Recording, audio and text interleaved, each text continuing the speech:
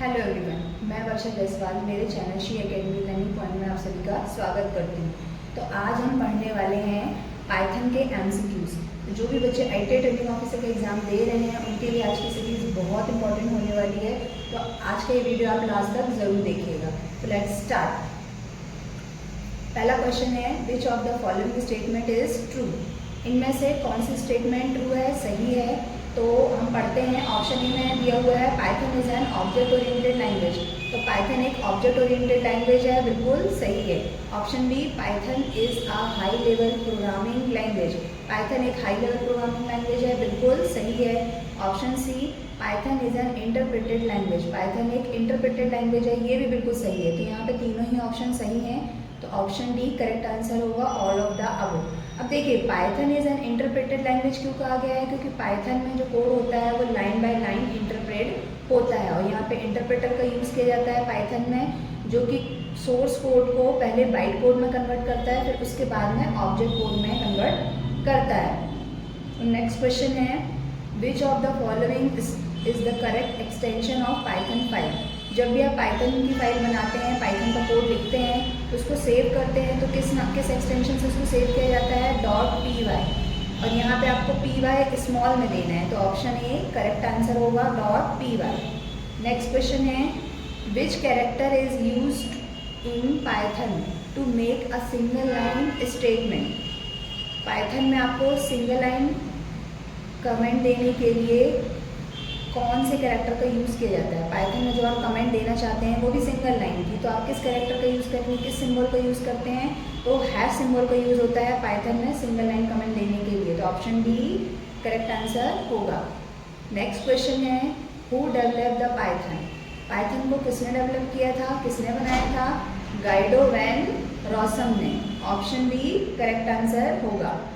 Next question है, in which year was the Python language develop. किस साल Python language I थी, 1989 में आई थी Python. Option D correct answer है।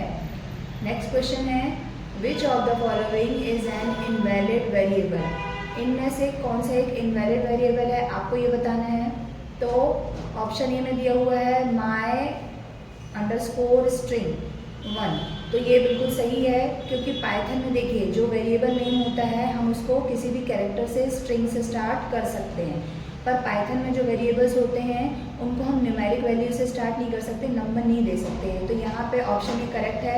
ऑप्शन सी में दिया हुआ है वो भी फू, ये भी आपका एक कैरेक्टर से स्टार्ट हो रहा है, तो सही होगा। ऑप्शन डी भी सही है, क्योंकि यहाँ पे ये भी एक कैरेक्टर से स्ट्रिंग से स्टार्ट हो रहा है। लेकिन ऑप्शन डी आपको जो है दिया हुआ है फर्स्ट स्ट्रिंग, तो ये एक नंबर से स्टार्ट हो रहा है, 1 दिया हुआ है जो एक न्यूमेरिक वैल्यू है, तो वेरिएबल को हम कभी भी एक नंबर से स्टार्ट नहीं कर सकते हैं। तो ऑप्शन बी गलत होगा, इनकरेक्ट होगा। In which language is Python written. Python को किस भाषा में लिखा गया है, तो उसको सी भाषा में लिखा गया है, सी लैंग्वेज में लिखा गया है। ऑप्शन डी करेक्ट आंसर है। Next question, which of the following can not B a variable. इनमें से कौन एक वेरिएबल नहीं हो सकता है। फिर से आपको वेरिएबल बताना है। तो देखिए, मैंने आपको बताया था कि पाइथन में जो वेरिएबल होते हैं सबसे पहले उनका नाम स्ट्रिंग से शुरू हो सकता है, अंडरस्कोर से शुरू हो सकता है, पर एक न्यूमेरिक वैल्यू से शुरू नहीं हो सकता, एक नंबर वाली वैल्यू से शुरू नहीं हो सकता है, और ना ही हम वेरिएबल के नाम में बीच में स्पेस दे सकते हैं। तो यहाँ पे 3 जो ऑप्शन है आपके करेक्ट है। ऑप्शन ए में अंडरस्कोर से शुरू हो रहा है, तो ये सही होगा।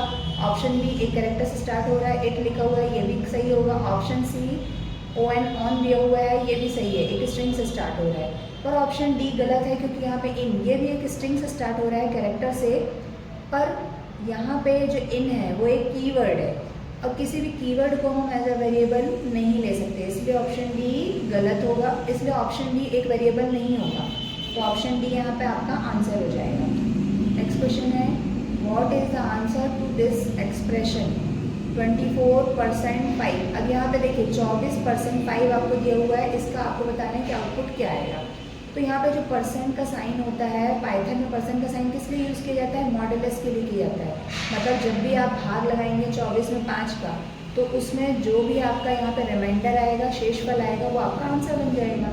तो चलिए 24 से 5 का भाग लगाइए, तो 5 चौको 20, अब यहाँ पे 20 जाएगा, 4 बचेगा, 4 यहाँ पे शेषफल बचेगा, रिमाइंडर बचेगा। तो जो रिमाइंडर बचेगा, शेषफल बचेगा, वही आंसर होगा। तो ऑप्शन ए करेक्ट होगा 4। नेक्स्ट क्वेश्चन है which one of the following is not a keyword in Python. अब इनमें से कौन एक पाइथन में कीवर्ड नहीं है? तो देखिए पाइथन में and, true, def, DF, def ये सब कीवर्ड्स होते हैं, पर स्विच कीवर्ड यूज़ नहीं होता है पाइथन में। स्विच जो है ये C++ लैंग्वेज में यूज़ होता है, पर पाइथन में यूज़ नहीं होता है। तो इसीलिए ऑप्शन ए करेक्ट आंसर होगा। नेक्स्ट क्वेश्चन है which type of construct best describe the process of withdrawing cash from N automated teller machine. अब यहाँ पे आपसे पूछा है कि जो ऑटोमेटेड टेलर मशीन मतलब एटीएम से जब आप पैसे निकालते हैं, विड्रॉ करते हैं, तो कौन सी प्रोसेस होती है वहाँ पे?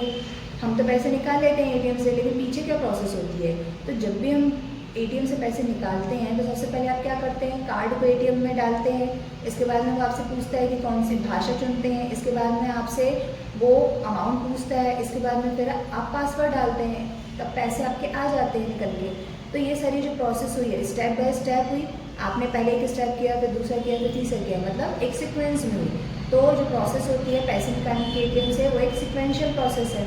तो ऑप्शन ए करेक्ट आंसर होगा सीक्वेंशियल। नेक्स्ट क्वेश्चन है what will be the output of the following code. यहाँ पे आपको एक कोड दिया हुआ है, उसका आपको आउटपुट बताना है। कोड क्या है? A = 5, B = 15। प्रिंट करना है B/A। तो देखिए A में 5 दिया हुआ है, B में 15 दिया हुआ है, वेरिएबल है। A भी यहाँ पे क्या है? वेरिएबल है। अब प्रिंट कराना है B/A, मतलब यहाँ पे, अब यहाँ पे देखिए ये जो बाय का जो साइन है B/A लिखा हुआ है, यहाँ पे जो बैकस्लैश का साइन है यहाँ किस लिए यूज़ होता है? डिवीज़न के लिए यूज़ होता है, भाग के लिए यूज़ होता है। तो आपको इसका मतलब जो B में 15 दिया हुआ है और A में 5 दिया हुआ है, 15 में आपको 5 का भाग लगाना है। कितना आएगा? 5 × 15, 3 आंसर आएगा। पर यहाँ पे तो एक ऑप्शन है 3, एक ऑप्शन है 3.0। तो आप कौन सा देंगे? तो यहाँ पे ऑप्शन सी करेक्ट होगा 3.0। क्यों करेक्ट होगा? जब आप एक स्लैश लगाते हैं, जब आप एक बैक स्लैश लगाते हैं, तो वो क्या करता है? आपको डेसिमल टाइप की वैल्यू रिटर्न करेगा। डेसिमल मीन्स दशमलव वाली संख्या आपको देगा। जो भी भाग का आंसर होगा दशमलव वाली। यदि पीछे दशमलव के बाद कुछ नहीं है तो वो 0 लगा के देगा, और कुछ है तो उसको शो कर देगा। यदि आप एक बैक स्लैश का यूज़ करोगे, यहाँ पे देखिए B/1 दिया हुआ है, तो यहाँ पे आपकी दशमलव वाली संख्या आएगी, पॉइंट वाली वैल्यू के साथ में आंसर देगा आपको। पर यदि यहाँ पे डबल स्लैश होते, डबल बैक स्लैश होते, तो वो आपको पीछे का पॉइंट नहीं दिखाता, सीधे सिर्फ आगे वाली वैल्यू दिखाता है, सिर्फ 3 आंसर होता है। तो जब डबल स्लैश होंगे तो पीछे के पॉइंट वाले पीछे की दशमलव संख्या को नहीं बताएगा, सिर्फ आगे की संख्या को बताएगा, दशमलव के पीछे जो भी है उसको छोड़ देगा। और जब एक बैक स्लैश होगा तो वहाँ पे जितना पूरा होगा दशमलव के साथ आंसर आएगा। तो यहाँ पे 3.0 आंसर होगा, option C correct. What data type is the object below. अब आपको नीचे एक वेरिएबल दिया हुआ है L नाम का, L = दिया हुआ है बड़े ब्रैकेट के अंदर 1.23 हेलो 1। तो अब देखिए ये जो बड़े ब्रैकेट के अंदर आपको 3 टाइप की वैल्यू दी हुई है, तो इस टाइप की वैल्यू के लिए आप कौन सा डेटा टाइप यूज़ करेंगे पाइथन में? तो देखिए इस टाइप के डेटा टाइप के लिए आप इस टाइप के डेटा के लिए पाइथन में क्या यूज़ करते हैं? लिस्ट।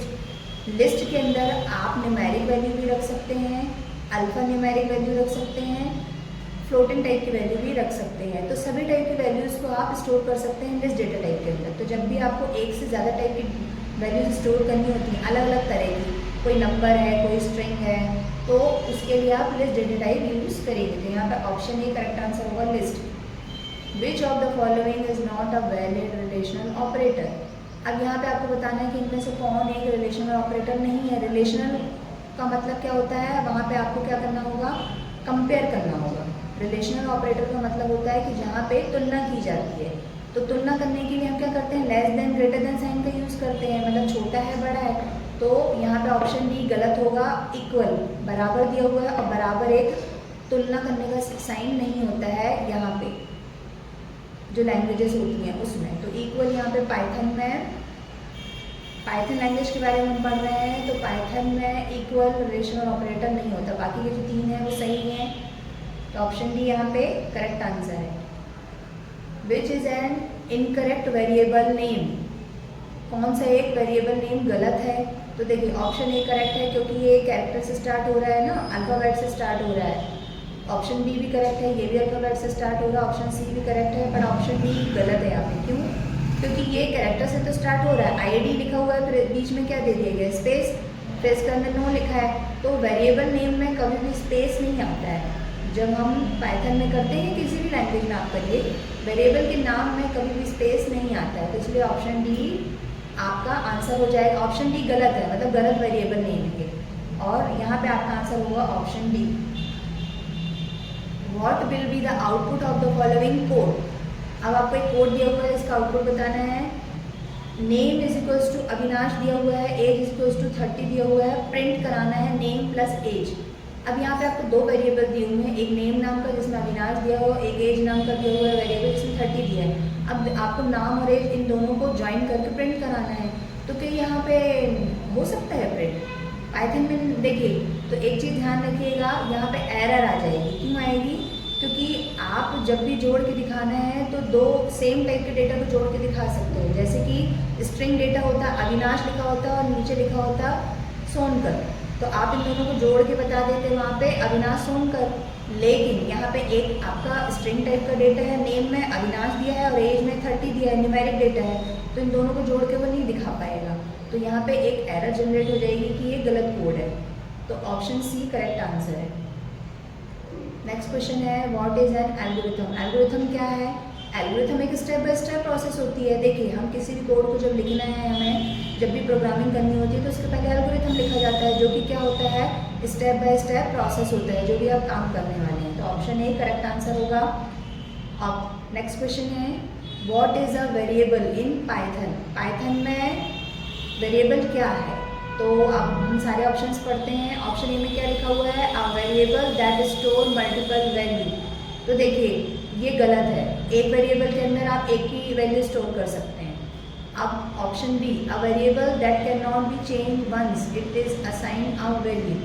तो वेरिएबल को हमने एक बार यदि कोई वैल्यू दे दी तो क्या उसको हम चेंज नहीं कर सकते हैं? गलत है, चेंज कर सकते हैं। वेरिएबल हम यूज ही इसीलिए करते हैं ताकि वैल्यू को हम बार बार बदल सकें। तो ऑप्शन बी भी गलत है। Option C, a name location in the computers memory use to store a value. तो ऑप्शन सी करेक्ट है। तो ऑप्शन सी क्या कह रहा है कि वेरिएबल क्या होता है, कंप्यूटर की मेमोरी में स्टोर करने के लिए क्या होता है, एक कंप्यूटर की जो मेमोरी होती है उस लोकेशन में स्टोर करने के लिए वैल्यू को एक लोकेशन प्रोवाइड करी जाती है। तो उस लोकेशन का नाम होता है वेरिएबल। क्या होता है, जो भी कंप्यूटर की मेमोरी में वैल्यू स्टोर करी जा रही है तो उस लोकेशन का नाम ही वेरिएबल होता है। तो ऑप्शन सी करेक्ट आंसर है। नेक्स्ट क्वेश्चन है, what is a variable, what is a valid example of a numeric literal in Python. Python में आपको बताना है कि न्यूमेरिक लिटरल का एग्जांपल इनमें से कौन सा सही होगा, मतलब न्यूमेरिक लिटरल क्या है ना, आपको बताना है कि इनमें से न्यूमेरिक लिटरल एक एग्जांपल कौन सा हो सकता है। तो ऑप्शन सी करेक्ट आंसर है, 3.14।